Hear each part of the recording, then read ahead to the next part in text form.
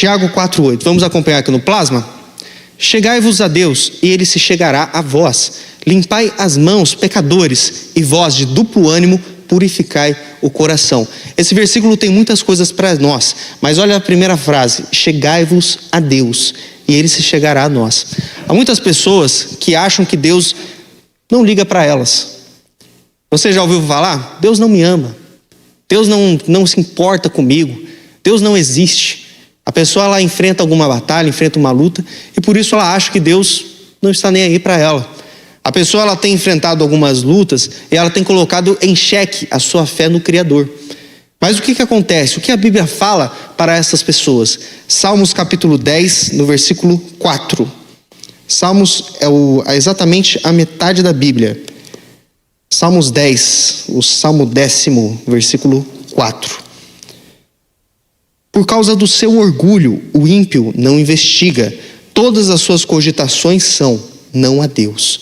Os seus caminhos são sempre atormentadores, e os seus juízos estão longe dele, em grande altura, e trata com desprezo os seus adversários. Olha só que coisa séria que a Bíblia vai nos falar. A Bíblia fala que o ímpio, aquele que não teme a Deus, aquele que conhece o que está aqui nas Escrituras, mas ele não pratica a palavra de Deus, ele faz o que está oposto a ela. Esse é o ímpio. Ele, nas suas lutas, nas suas adversidades, ele diz: não tem Deus, eu não tenho que temer a Deus.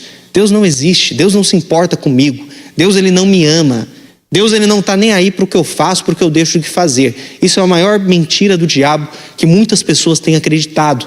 Elas têm entrado nesse furacão, digamos assim, de destruição e de desilusão, porque elas se iludem com isso em vez de olharem na palavra.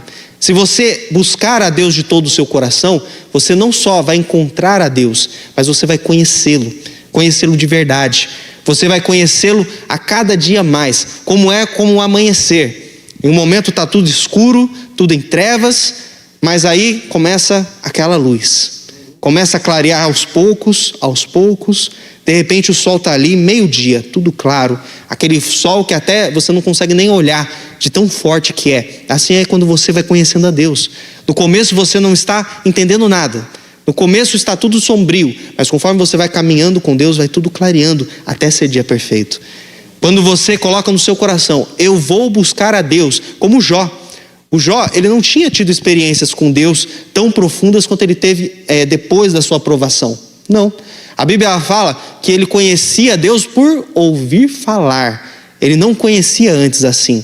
Mas quando ele passou pela sua luta, ele perseverou, ele disse: não, eu vou buscar a Deus. Ele não deixou o inimigo colocar no coração dele: não existe Deus, não está nem aí para você. Olha o que Deus fez para você. Ele não tinha tanto conhecimento da palavra de Deus como nós. O Jó, para quem não sabe, é o primeiro livro escrito da Bíblia. Ele não tinha a escritura, ele não tinha a palavra. Ele cria porque ele tinha ouvido dos pais dele. Ele tinha ouvido falar, mas ele cria. E aí o que o Jó ele fez? Passou por muitas lutas, e em um momento ele até acreditou que Deus que tinha feito aquilo com ele. Ele não sabia, mas tinha sido o diabo. Ele olhou e falava: Deus pode ter feito tudo isso comigo, mas ainda assim eu esperarei nele, porque ele é o meu redentor. Ele é o único que me salva. Ele falando isso com Deus, olha a fidelidade do homem de Deus. Mas aí o que acontece? Depois ele tem um encontro com Deus, ele entende toda a sua situação, e Deus muda a sua sorte, muda o seu cativeiro. Nós temos que perseverar em conhecer o Senhor. O ímpio, como você viu aqui no versículo 4, olha ali do versículo 4. Por causa do seu orgulho, o ímpio, aquele que despreza a palavra de Deus, não investiga. Todas as suas cogitações são, não a Deus. É por causa do orgulho que muitas pessoas se ferem na igreja, na vida, e eles dizem: não, Deus não está nem aí comigo. Olha só essa situação, parece que não está resolvendo coisa nenhuma. Eu oro, eu busco a Deus, Deus não fala comigo, Deus não se importa, Deus virou as costas para mim. É mentira. Deus ele continua do seu lado, porque ele é Emanuel. Emanuel significa Deus conosco. Ele está conosco em todo o tempo. Em Mateus capítulo 28, versículo 20, se eu não me engano, é o último versículo de Mateus. Olha ali: ensinando-os a guardar todas as coisas que eu vos tenho mandado. E eis que eu estou convosco, quando? Todos os dias. Até quando? Até o fim. Ele está comigo, está com você até o fim. E finaliza com o quê? Amém. Amém significa assim seja. É o ponto final. Você diz assim seja. Deus está falando assim seja para nós. Ele está dizendo, é deste jeito. Eu estou confirmando. Eu estou colocando a minha assinatura. Ele está colocando o amém dele na sua vida. Mas quando você confia nele. O ímpio, ele acha que não há Deus na vida dele. E ele se frustra. E ele vai atrás de muitas coisas. Mas ele não consegue nada. Por quê? Porque ele desprezou a palavra de Deus. Não seja o ímpio, não seja essa pessoa que despreza as escrituras. Muitas vezes você, para desprezar as escrituras, você não precisa fazer um pecado escandaloso. Fazer algo ali que você olha e fala, meu Deus, como posso fazer isso? Quanta maldade, não. Se você deixar de meditar na palavra de Deus, você já desprezou. Se você deixar de orar, você deixar de buscar a Deus, você já o desprezou no seu coração. Quando você não crê no que diz a palavra de Deus, você já o desprezou. Não seja assim. Não deixe o inimigo ele tomar conta do seu coração, ele colocar raízes em você. Ele quer te abençoar, mas você precisa estar como? De pé diante dele. Você precisa estar firme e constante no que o Senhor te diz. E ele não fala fora da sua palavra. Deus, ele em seu amor, quando nos formou, quando nos criou, eu falei isso algumas semanas atrás. Ele nos criou para um plano, para um projeto. Você tem um projeto, você tem um sonho. Deus, ele tem algo na sua vida. E muitas vezes não é o que você pensa. Muitas vezes não é o que você quer. Mas Deus, através de você, vai ser glorificado. E vidas serão alcançadas. Se você deixar o Espírito Santo, o Senhor, falar através do Senhor, através do seu coração, através de você. Deus quer usar a sua boca, Deus quer usar as suas mãos, mas você não pode fugir do que Deus ele tem dado para você. Você não pode deixar de lado o que a palavra de Deus diz. Tem pessoas que dizem que Deus está muito longe, que Deus está muito distante. Deus, ele está inalcançável. Tem até um grupo de pessoas que eles acreditam que Deus criou o ser humano, criou tudo, e ele viu que tinha dado errado, e ele foi embora. Não, Deus ele continuou aqui até o fim. Ele permanece aqui no nosso meio e entre nós até o dia de hoje. Ele não muda, ele é o mesmo ontem, hoje e é eternamente. Hebreus capítulo 13, versículo 8. Hebreus 13, 8. Olha ali. Jesus Cristo é o quê? O mesmo ontem, hoje e eternamente. Ele não muda. Não tem variação de mudança no Senhor. Não tem mudança nele. Ele não acorda de um dia de um jeito e depois está de outro. Não. Ele não é homem para que minta, nem filho do homem para que se arrependa. Ele é Deus. Ele faz todas as coisas muito bem. Tudo que ele fez, tudo que ele criou, o que ele disse no final? Isto é bom. Se Deus ele disse que é bom, é bom. Deus ele criou todas as coisas perfeitas. Mas o que acontece? Quando você foge do plano de Deus, quando você sai do plano original do Senhor, quando você deixa de andar na palavra, ele se torna mal. Aquilo que era luz se torna trevas. Você precisa examinar o que está acontecendo. Como está o seu coração? E parar com às vezes a criancice espiritual. É criancice espiritual você dizer, não, Deus não está comigo, Deus não me ama. Você ficar nessa inconstância, isso é meninice. Criança, às vezes você vai lá, você dá uma bronca nela. Aí ela olha assim, ela chora, ela acha que você não gosta dela, ela acha que você não ama mais ela. Mas não é exatamente às vezes por causa do amor que você tem que repreender a criança. E Deus é a mesma coisa. Ele diz na sua palavra que ele ensina, que ele como posso dizer, que ele repreende, que ele castiga a quem ele tem por filho. Por quê? É a correção de um pai.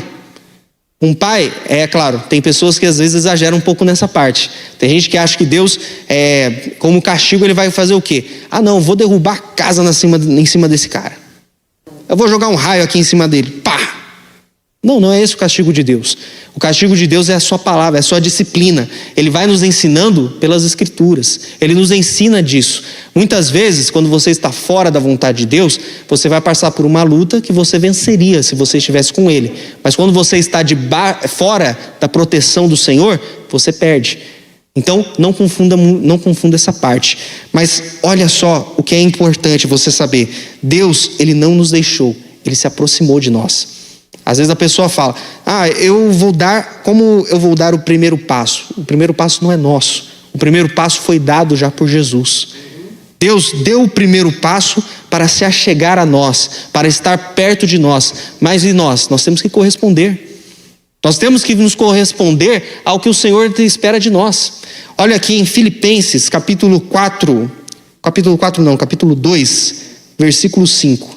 Vamos pelo plasma que é mais fácil? Filipenses 2:5. De sorte que haja em vós o mesmo sentimento que houve também em Cristo Jesus. Pode ir indo. O que, sendo em forma de Deus, não teve por usurpação ser igual a Deus. Não teve ali, não se considerou que ser igual a Deus seja algo que ele deveria se apegar.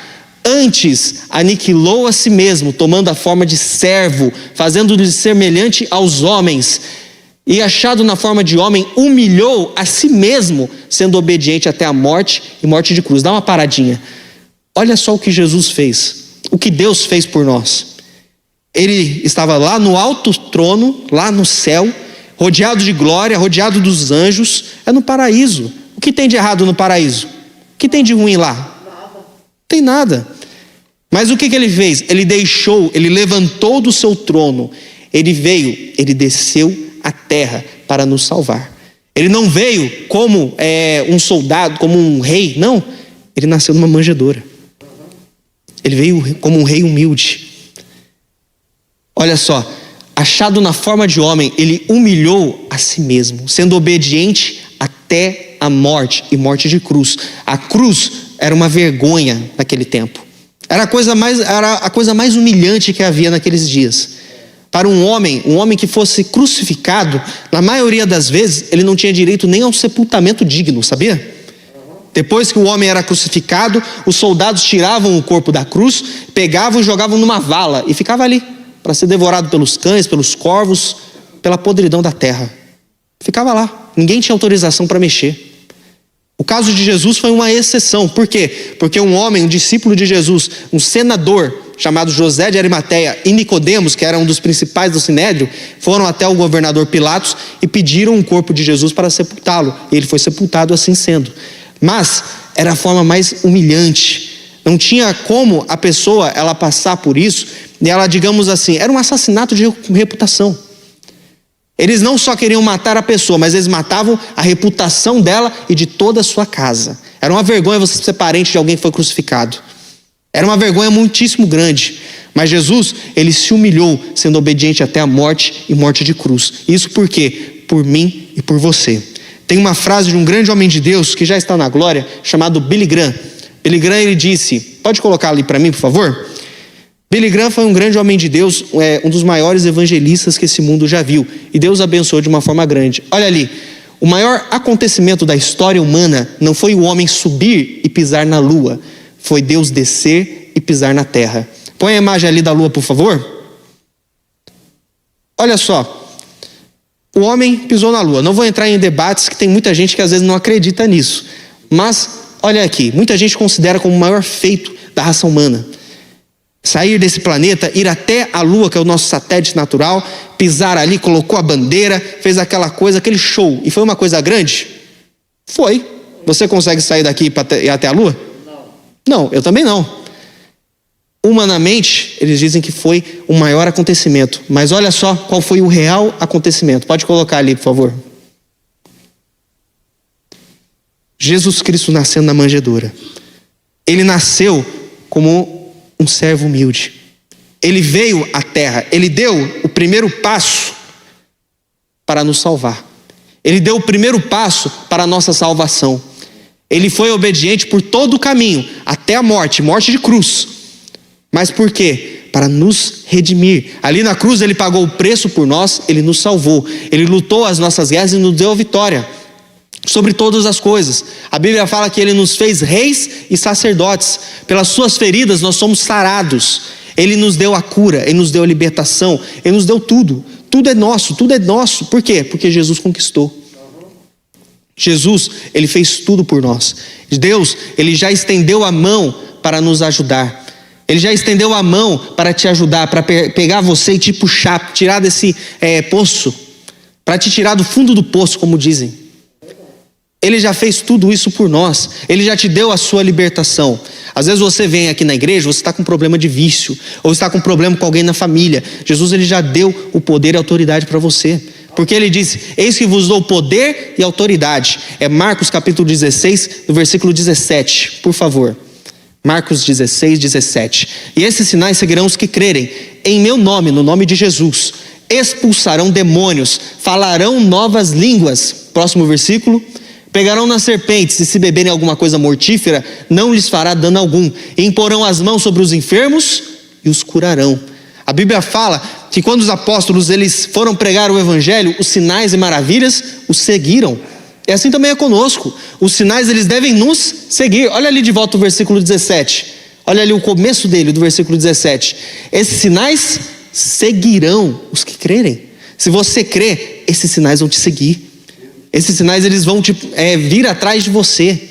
A Bíblia ela nos diz que quando nós estamos andando com Deus, as bênçãos do Senhor correm atrás de nós e nos alcançam. Você não vai sair correndo atrás da bênção, procurando a bênção. Não, você vai encontrá-la. Ela vai estar vindo atrás de você, ela vai te alcançar. Amém? Glória a Deus.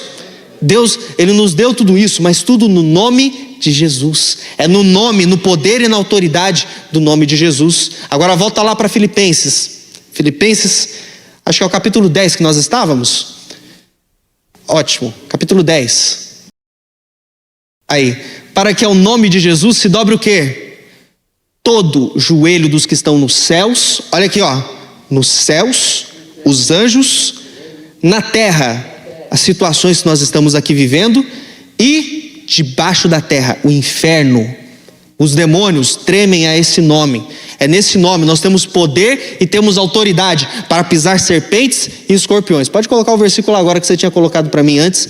Eis que vos dou poder para pisar serpentes e escorpiões e toda a força do maligno, do inimigo, e nada vos fará dano algum. Não é nada. Nada. Lucas 10, 19. Olha só que poder que nós temos em nossas mãos. Olha o poder que você tem na sua casa e muitas vezes você está desperdiçando. Às vezes você está agindo que nem aquela senhorinha que vem na igreja sempre, vem ali, sempre pede oração pela mesma coisa. Só que ela vai, você chega na casa dela fazer a visita, ela está lá com a Bíblia aberta, em cima de uma estante, no Salmo 91. Aquele que habita no esconderijo do Altíssimo, à sombra do Onipotente, descansará.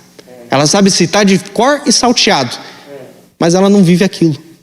Ela não toma posse daquilo que está escrito. Aí você chega, a vida dela está toda amarrada. Não tem nada que dá certo. Não tem nada que prospere. Mas está lá. Ela está lá. Aí quando não está aberto no Salmo 91, está aberto aonde? No Salmo 23. O Senhor é meu pastor e nada me faltará. Está ali. Ela sabe falar tudo que está ali escrito. Mas ela não vive.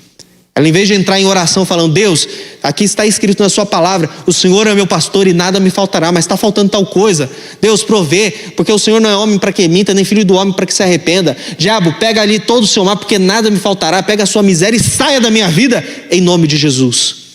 Em vez dela fazer isso, o que ela faz? Ela vai lá, ela pega aquele óculosinho, pega ali e fala: o Senhor é meu pastor e nada me faltará. E fica ali. A vida dela não muda, por quê? Porque ela está desprezando a palavra de Deus, mesmo sem saber. Ela não está dando crédito àquilo que Deus diz. Quando você medita na palavra, você ouve uma palavra dessa, você não aplica na sua vida, você está desprezando. Guarde o seu coração. Guarde o seu coração, porque Deus ele quer te abençoar. Deus ele quer fazer coisas grandes, mas isso quando você tomar posse. Agora vai lá no Filipenses 2:11. Ali. E toda língua confesse que Jesus Cristo é o Senhor, para a glória de Deus Pai. Quando você assume a sua posição em Cristo, o nome de Jesus é glorificado. Quando Jesus é Senhor da sua vida, o nome dele, o nome do Senhor Jesus, o nome do nosso Deus é glorificado.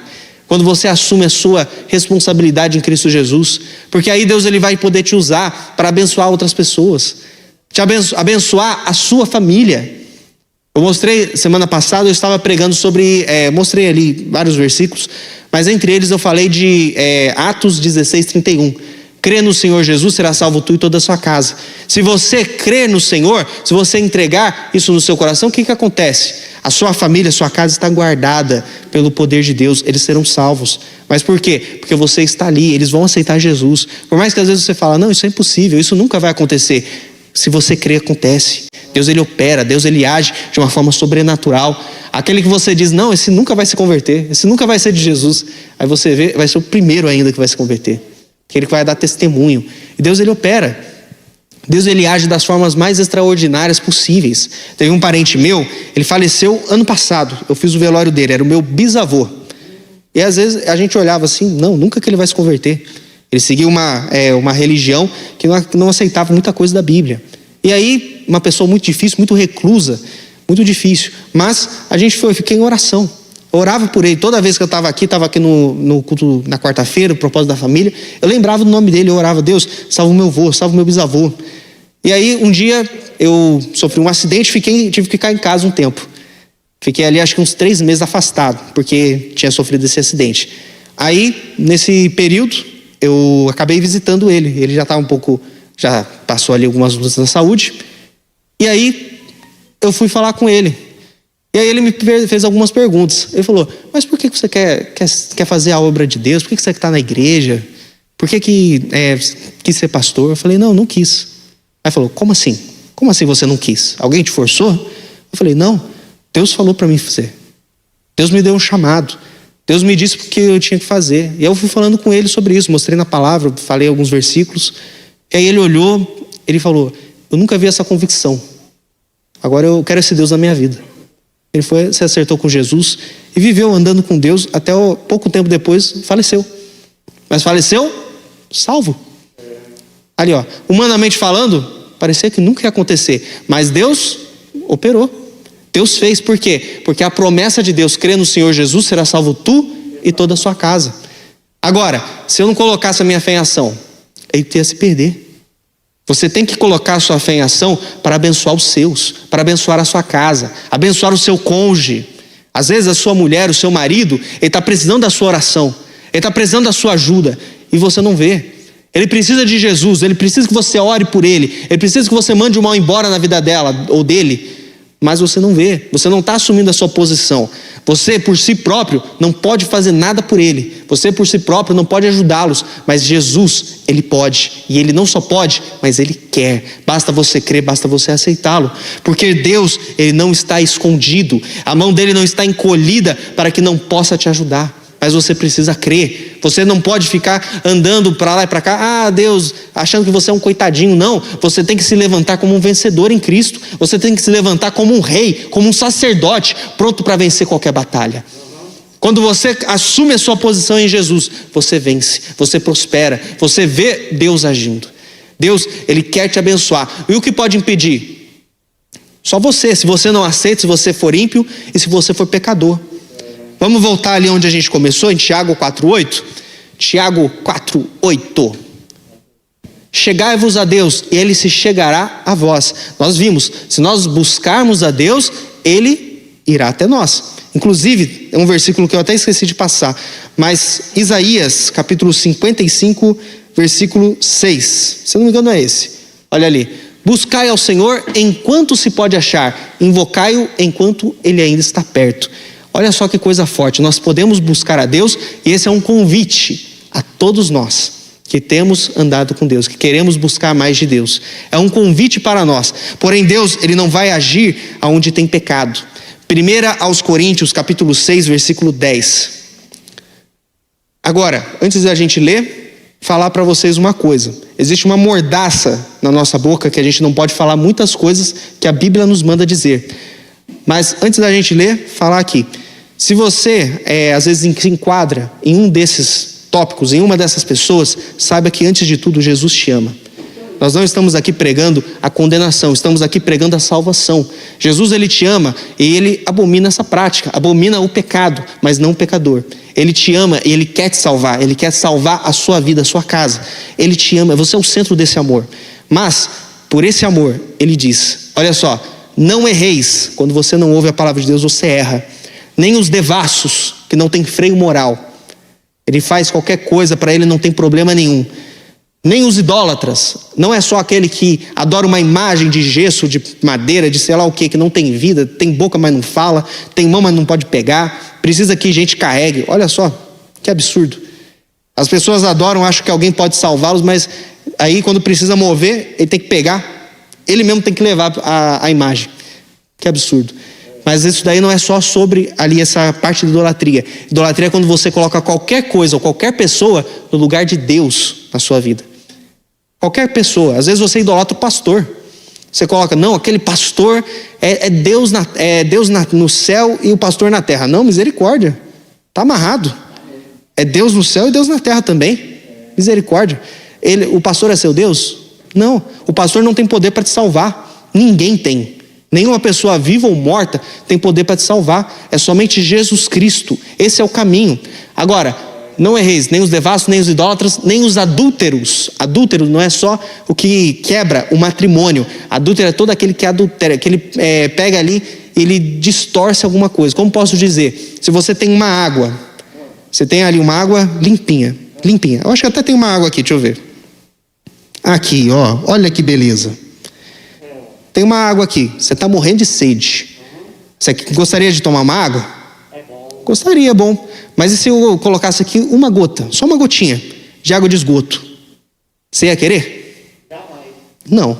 Por quê? Porque eu adulterei a água. Eu coloquei algo que não estava ali. Eu destruí, eu comprometi a estrutura dela. E também no matrimônio. A pessoa coloca algo, põe ali alguém, uma terceira pessoa que não tem que estar. E aí ela quebra, ela adultera. Aí os efeminados ou as masculinizadas, os sodomitas, aqueles que vivem na prática do pecado, Deus não se agrada. Nem os ladrões, como o pastor Jaime sempre diz, não importa se é o ladrão lá de banco, o ladrão de celular, ou é às vezes o pastor da igreja que rouba. Isso pode acontecer? Pode. A pessoa que está aqui às vezes está falando, o altar ele não aprova ninguém. Usado por Deus não é aprovado. Contudo, nem os avarentos, aqueles que são amantes ao dinheiro, amam ao dinheiro, fazem tudo por dinheiro, nem os bêbados, nem os maldizentes, nem os roubadores herdarão o reino de Deus. Não vai entrar. Não importa se você pode dar a maior oferta da sua vida na igreja. Você pode fazer caridade, pode dar cesta básica para milhões de pessoas, pode acabar com a fome do mundo. Se você estiver ali, não vai entrar no reino de Deus. E não importa. Limpai as mãos, pecadores. É para você se limpar com a água limpa, que é a palavra de Deus. Se você se purificar da palavra, se você limpar as suas mãos, limpar o seu coração, Ele não só te perdoa, mas Ele te purifica de todo pecado. Ele te liberta, Ele te limpa. Às vezes você fala, eu não consigo parar de pecar, eu não consigo largar o erro. Ele te ajuda. O Senhor Jesus, Ele te perdoa e Ele te liberta. Você acha que Deus não é poderoso para isso? Ele é. Agora você tem que negar a si mesmo. Você tem que negar a sua vontade. Você tem que negar a você mesmo para seguir a vontade de Deus. Senão você vai fazer o quê? Você vai falhar. Você vai cair. Olha só o que a Bíblia fala também em Apocalipse, capítulo 21, versículo 7. Vamos pelo plasma mais rápido. Quem vencer herdará todas as coisas, e eu serei o seu Deus, e ele será o meu filho. Glória a Deus. Glória a Deus. Aquele que vencer, aquele que andar pela palavra de Deus. Versículo 8.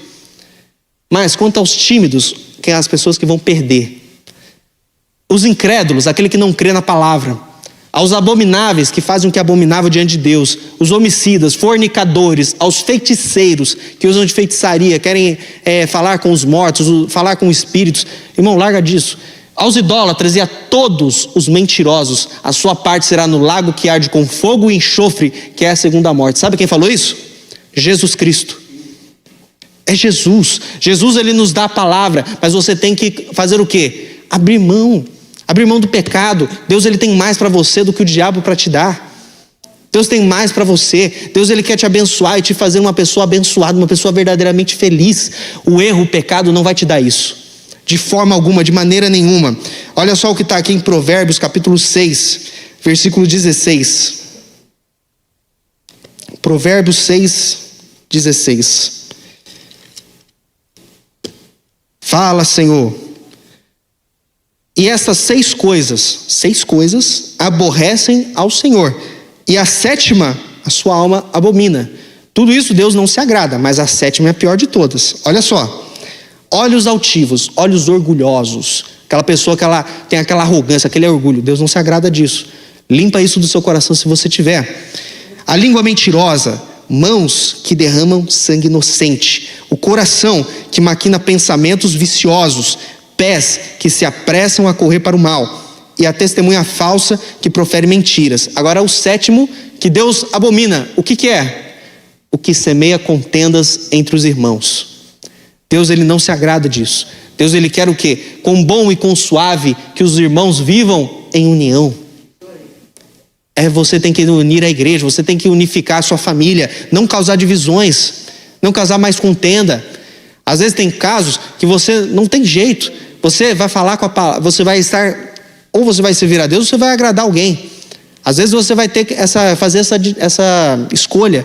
Escolha sempre a palavra. Escolha sempre honrar a Deus. Sabe por quê? Porque isso aqui vai para a vida eterna. Olha ali, Salmo 133, versículo 1. Ó, quão bom e quão suave é que os irmãos vivam em união.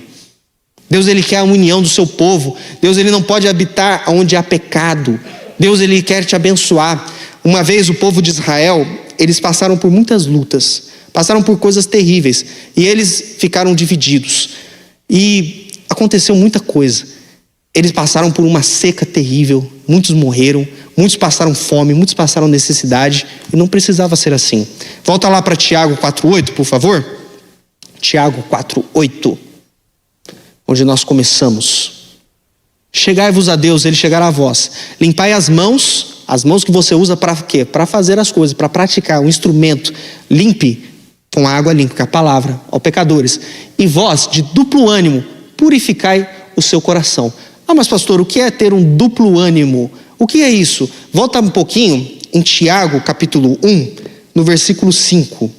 Tiago 1, 5. Vamos aqui no plasma já direto, né? Bem mais fácil, que o tempo já está acabando. E ainda a gente vai fazer a oração da fé. Ora, se algum de vós tem falta de sabedoria, peça a Deus, que a todos dá liberalmente, e não lance em rosto, e ser-lhe-á dada. Versículo 6, pode indo. Peça, porém, com fé, não duvidando, porque o que duvida é o quê? Semelhante à onda do mar, o que é levada pelo vento e lançado de uma para outra parte. Não pense tal homem que receberá do Senhor coisa alguma. Homem de coração dobre, de duplo ânimo, coração dividido, é inconstante em todos os seus caminhos. Ele é que nem a onda do mar, vai e volta, fica grande, depois pequenininha. Você já foi na praia alguma vez? Se você for lá no fundão, a onda é do quê? Enorme, aquele tamanhão. Aí você chega lá no rasinho, aquela mesma onda que estava grandona, como ela chega lá no fim da praia? Você faz assim, ó, pulou ela, já foi. E assim também, às vezes você crê em Deus, está lá em cima, sua fé está lá em cima, depois está lá embaixo. Isso é o coração dobre, é aquele que duvida, aquele que fica andando entre dois pensamentos. Você tem que tomar uma decisão. Como eu falei, o povo de Israel passou por essa seca, passou por essa fome, por muito tempo. Mas por quê? Porque eles não quiseram ouvir a palavra, eles ficaram entre dois pensamentos. Isso daí aconteceu nos dias de Elias. Vamos lá em 2 Reis, capítulo 18. 2 Reis 18. 2 Reis não, 1 Reis. Confundindo aqui. 1 Reis 18, 21. Então Elias se chegou a todo o povo e disse: até quando cocheareis entre dois pensamentos? Se o Senhor é Deus, o seguiu, e se é Baal, seguiu. Porém o povo não lhe respondeu. Irmãos, olha que triste. O povo de Deus, o povo que Deus abençoou, o povo que Deus escolheu, eles estavam o quê? Em dúvida. Eles viam Deus operar, eles sabiam quem era Deus, mas eles duvidavam. Eles falavam: se Deus realmente é Deus? Ou é Baal? Baal era uma outra divindade que aparecia, que eles colocavam, um ídolo que eles colocavam asqueroso. Eles faziam cultos ali, coisa satânica. Mas enfim, eles estavam entre os dois pensamentos. Deus é Baal ou Deus é o Deus da Bíblia? É o Deus de Israel? Quem é Deus? Qual é o verdadeiro Deus? E aí o Elias ele fala: porque até quando vocês estão entre dois pensamentos? Mas olha só, o povo porém não lhe respondeu nada, porque eles estavam em dúvida. Eles precisavam ver o poder de Deus agir. Mas muitas vezes nós já vimos. Às vezes você já viu Deus operar na sua vida, Deus te curou, Deus te libertou, abençoou a sua família, você viu testemunhos grandes, aqui na igreja mesmo. Você viu Deus operar, Deus curar? Quantos viram aqui no final de semana, a mulher que estava andando aqui, largou a muleta? Quantos viram aqui? Ali o irmão viu? Deus operou, Deus fez coisa grande, mas aí a pessoa, ela vê esse milagre extraordinário, ela não crê. Uma vez eu estava na galeria, eu vim só assistir o culto. Eu vim aqui na galeria, aí tinha 2 obreiros carregando um homem. Estava carregando o homem, colocaram ele ali numa cadeira. Lá na galeria. Aí tudo bem, na hora da oração, aquele homem estava todo molenga, ele não conseguia mais se levantar. Eles colocaram ele direitinho na cadeira, na poltrona, e ficou lá. Aí chegou a oração, o homem, ele não se levantou. Ele não andou, ele não tomou a força, ele começou até a dançar, irmão. Esse é o poder de Deus. Agora, a pessoa vê isso, ela ainda continua entre 2 pensamentos. Irmão, se a idolatria, se o ídolo é Deus, siga ele. Mas se é o Deus da Bíblia, siga a ele, siga ao Senhor, e Deus ele vai abençoar. Pula agora para o versículo 36. Sucedeu, pois, que oferecendo a oferta de manjares, o profeta Elias se achegou e disse: Ó Senhor, Deus de Abraão, Isaque e Israel, manifeste hoje que tu és Deus em Israel e que eu sou teu servo, e que conforme a tua palavra eu fiz todas estas coisas. Responde-me, Senhor, responde-me, para que o povo conheça que tu, Senhor, és Deus e que tu fizeste tornar o seu coração para trás. Então caiu o fogo do Senhor e consumiu o holocausto e a lenha e as pedras e o pó, e ainda lambeu a água que estava em volta. Olha que coisa tremenda, gente.